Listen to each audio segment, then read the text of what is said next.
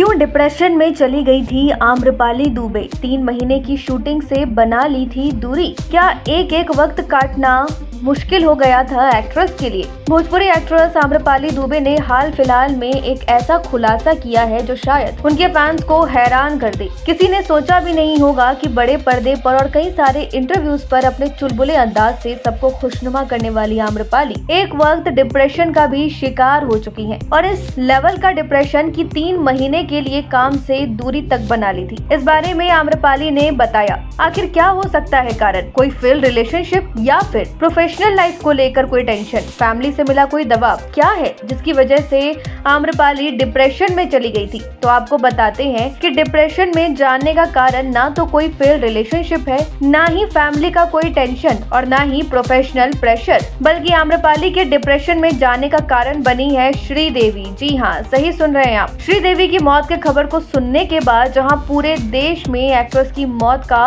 एक शोक सा चल रहा था, तो वहीं दूसरी तरफ आम्रपाली दुबे ने इस खबर को सुनते ही अपना काम लगभग 3 महीने के लिए छोड़ दिया था। एक्ट्रेस बताती है कि श्रीदेवी की फिल्में देखने के बाद ही आम्रपाली एक्ट्रेस बनना चाहती थी। हालांकि नॉन फिल्मी बैकग्राउंड से बिलोंग करने की वजह से आम्रपाली के लिए ये सफर तय करना काफी मुश्किल हो गया था, लेकिन जैसे तैसे आज उन्होंने वो मुकाम हासिल कर ही लिया। जैसे ही आम्रपाली को श्रीदेवी की मौत की खबर सुनने को मिली थी, वो डिप्रेशन में चली गई थी। बचपन से उनकी फिल्में देखकर बड़े होना, फिर उन्हीं की अदाओं को देखने के बाद एक्ट्रेस बनने का ख्वाब रखना और उनके जैसा बनना आसान नहीं है। और अगर मन पसंदीदा कलाकार इस दुनिया को अलविदा कह दे तो शायद बहुत बड़ी क्षति जैसा महसूस होता है। कुछ इस तरीके से आम्रपाली ने अपने दिल का हाल बयां किया। कई लोग ये समझ बैठे हैं कि शायद निरहुआ के साथ किसी रिलेशनशिप के मामले को लेकर आम्रपाली डिप्रेशन में चली गई हो, लेकिन यहाँ तो मामला कुछ और ही निकला। क्या लगता है आपको? ऐसे ही चटपटे अपडेट के लिए चैनल को लाइक, शेयर और सब्सक्राइब करना बिल्कुल भी ना भूलें।